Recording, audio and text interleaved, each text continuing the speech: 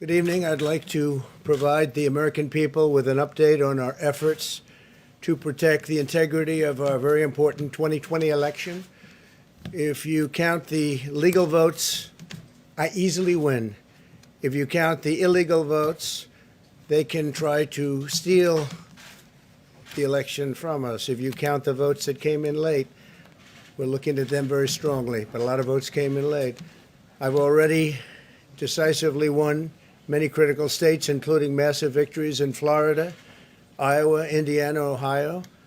To name just a few, we won these and many other victories despite historic election interference from big media, big money, and big tech. As everybody saw, we won by historic numbers. And the pollsters got it knowingly wrong. They got it knowingly wrong. We had polls that were so ridiculous, and everybody knew it at the time. There was no blue wave that they predicted. They thought there was going to be a big blue wave. That was false. It was done for suppression reasons. But instead, there was a big red wave. And it's been properly acknowledged, actually, by the media. They were, I think, very impressed. But that was after the fact. That doesn't do us any good. We kept the Senate despite having twice as many seats to defend as Democrats. And in a really much more competitive states, we did a fantastic job with the Senate. I think we're very proud of what's happened there. We had many more seats to defend. They spent almost $200 million on Senate races in South Carolina and Kentucky alone, 2 races, and hundreds of millions of dollars overall against us. At the national level, our opponents' major donors were Wall Street bankers and special interests. Our major donors were police officers, farmers, everyday citizens. Yet for the first time ever, we lost 0 races in the House. I was talking to Kevin McCarthy today. He said he couldn't believe it. 0 races, very unusual thing, 0. And actually won many new seats with, I think, many more on the way. This was also the year of the Republican woman. More Republican women were elected to Congress than ever before. That's a great achievement. I won the largest share of non-white voters of any Republican in 60 years, including historic numbers of Latino, African American, Asian American, and Native American voters, the largest ever in our history. We grew our party by 4 million voters, the greatest turnout in Republican Party history. Democrats are the party of the big donors, the big media, the big tech, it seems, and Republicans have become the party of the American worker, and that's what's happened. And we're also, I believe, the party of inclusion. As everyone now recognizes, media polling was election interference in the truest sense of that word by powerful special interests. These really phony polls, I have to call them phony polls, fake polls, were designed to keep our voters at home, create the illusion of momentum for Mr. Biden, and diminish Republicans' ability to raise funds. They were what's called suppression polls. Everyone knows that now. And it's never been used to the extent that it's been used on this last election. To highlight just a few examples, the day before election, Quinnipiac, which was wrong on every occasion that I know of, had Joe Biden up by 5 points in Florida, and they were off by 8.4 points, and I won Florida easily. So they had me losing Florida by a lot, and I ended up winning Florida by a lot. Other than that, they were very accurate. They had him up 4 points in Ohio, and they were up by 12.2 points. And I also won Ohio, great state of Ohio, very easily. The Washington Post said Biden up 17 points in Wisconsin, and it was basically even. They were off by about 17 points. And they knew that. They're not stupid people. They knew that. Suppression. There are now only a few states yet to be decided in the presidential race. The voting apparatus of those states are run in all cases by Democrats. We were winning in all the key locations by a lot, actually. And then our numbers started miraculously getting whittled away in secret, and they wouldn't allow legally permissible observers. We went to court in a couple of instances, and we were able to get the observers put in. And when the observers got there, they wanted them 60, 70 feet away, 80 feet, 100 feet away, or outside the building to observe people inside the building. And we won a case, a big case, and we have others happening. There are lots of litigation, even beyond our litigation. There's tremendous amount of litigation generally because of how unfair this process was. And I predicted that. I've been talking about mail-in voting for a long time. It's really destroyed our system. It's a corrupt system, and it makes people corrupt even if they aren't by nature. But they become corrupt. It's too easy. They want to find out how many votes they need, and then they seem to be able to find them. They wait, and then they find them. And you see that on election night. We were ahead in vote in North Carolina by a lot, tremendous number of votes. And we're still ahead by a lot, but not as many, because they're finding ballots all of a sudden. Oh, we have some mail-in ballots. It's amazing how those mail-in ballots are so one-sided, too. I know that it's supposed to be to the advantage of the Democrats, but in all cases, they're so one-sided. We were up by nearly 700,000 votes in Pennsylvania. I won Pennsylvania by a lot, and that gets whittled down to, I think they said now we're up by 90,000 votes, and they'll keep coming and coming and coming. They find them all over, and they don't want us to have any observers, although we won a court case. The judge said you have to have observers. Likewise in Georgia, and they're appealing. Actually, they're appealing. We won a case that we want people to watch, and we want observers, and they're actually appealing, which is sort of interesting. I wonder why they'd appeal, that all we want to do is have people watch as they do the vote tabulations.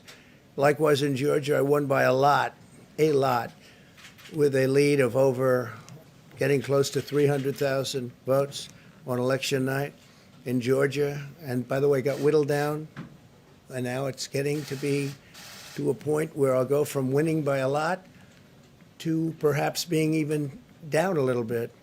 In Georgia, a pipe burst in a faraway location, totally unrelated to the location of what was happening, and they stopped counting for 4 hours, and a lot of things happened. The election apparatus in Georgia is run by Democrats. We also had margins of 300,000 in Michigan. We're way up in Michigan, won the state. And in Wisconsin, we did likewise fantastically well.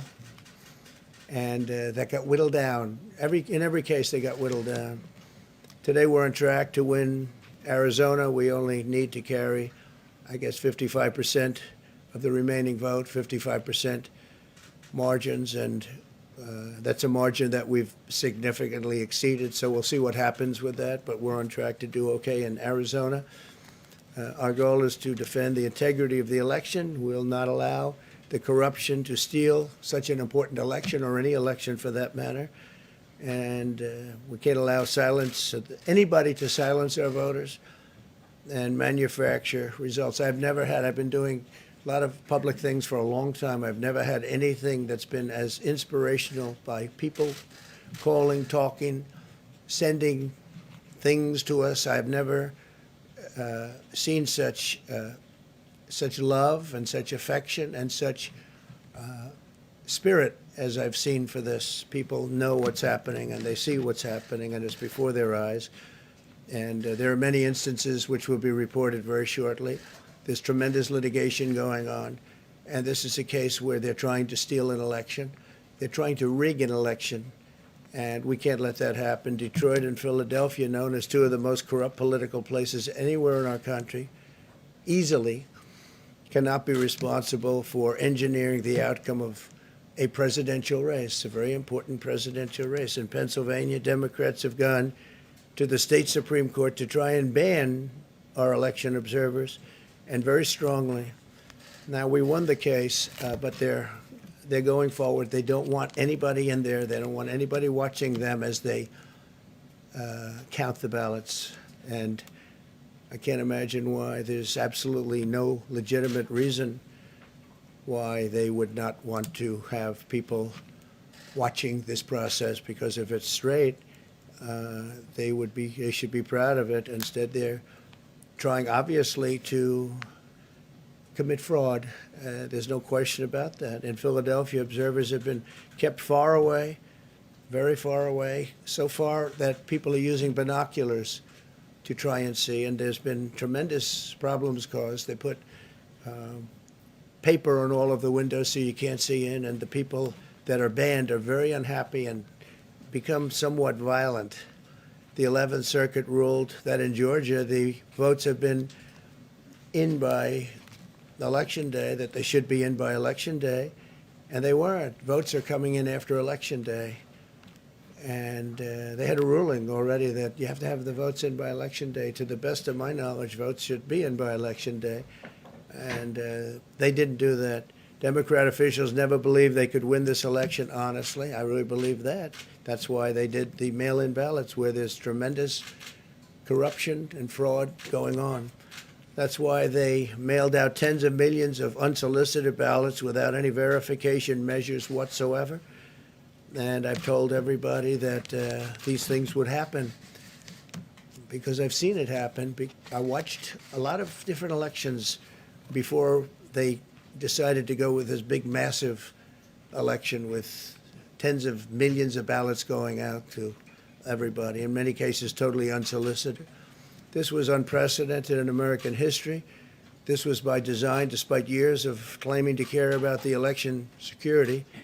They refused to include any requirement to verify signatures, identities, or even determine whether they're eligible or ineligible to vote. People are walking in there. They have no idea. They're just taking numbers. They're writing down things, the workers, and doing a lot of bad things. And we have a lot of information coming and litigation that you'll see that will shake even you people up. And you've seen it all. The officials overseeing the counting in Pennsylvania and other key states are all part of a corrupt Democrat machine that you've written about, and for a long time you've been writing about the corrupt Democrat machine.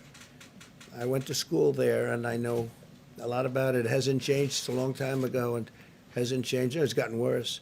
In Pennsylvania, partisan Democrats have allowed ballots in the state to be received 3 days after the election, and we think much more than that. And they're counting those without even postmarks or any identification whatsoever. So you don't have postmarks, you don't have identification. There have been a number of disturbing irregularities across the nation. Our campaign has been denied access to observe any counting in Detroit. Detroit is another place, and I wouldn't say it has the best reputation for election integrity. Poll workers in Michigan were duplicating ballots. But when our observers attempted to challenge the activity, those poll workers jumped in front of the volunteers to block their view so that they couldn't see what they were doing. And it became a little bit dangerous. One major hub for counting ballots in Detroit covered up the windows again with large pieces of cardboard. And so they wanted to protect and block the counting area. They didn't want anybody seeing the counting, even though these were observers who were legal observers that were supposed to be there. In Detroit, there were hours of unexplained delay in delivering many of the votes for counting. The final batch did not arrive until 4 in the morning, and even though the polls closed at 8 o'clock. So they brought it in, and the batches came in, and nobody knew where they came from. We've also been denied access to observe in critical places in Georgia. In multiple swing states, counting was halted for hours and hours on election night, with results withheld from major Democrat-run locations only to appear later. And they suddenly appeared, and they all had the name Biden on them, or just about all. I think almost all. They all had the name Biden on them, which is a little strange. I challenge Joe and every Democrat to clarify that they only want legal votes, because they talk about votes, and I think they should use the word legal votes. We want every legal vote counted, and I want every legal vote counted. We want openness and transparency, no secret count rooms, no mystery ballots, no illegal votes being cast after Election Day. You have Election Day, and the laws are very strong on that. You have an Election Day, and they don't want votes cast after Election Day, and they want the process to be an honest one. It's so important. We want an honest election, and we want an honest count, and we want honest people working back there because it's a very important job. So that's the way this country is going to win. That's the way the United States will win. And we think we will win the election very easily. We think there's going to be a lot of litigation because we have so much evidence, so much proof, and it's going to end up perhaps at the highest court in the land. We'll see. But we think there'll be a lot of litigation because we can't have an election stolen like this. And I tell you, I have been talking about this for many months with all of you, and I've said very strongly that mail-in ballots are going to end up being a disaster. Small elections were a disaster. Small, very easy-to-handle elections were disastrous. This is a large-scale version, and it's getting worse and worse every day. We're hearing stories that are horror stories, absolute horror stories, and we can't let that happen to the United States of America. It's not a question of who wins, Republican, Democrat, Joe, myself. We can't let that happen to our country. We can't be disgraced by having something like this happen. So it will be hopefully cleared up, maybe soon, I hope soon, but it'll probably go through a process, a legal process. And as you know, I've claimed certain states, and he's claiming states, and we can both claim the states, but ultimately I have a feeling judges are going to have to rule. But there's been a lot of shenanigans, and we can't stand for that in our country. Thank you very much. President,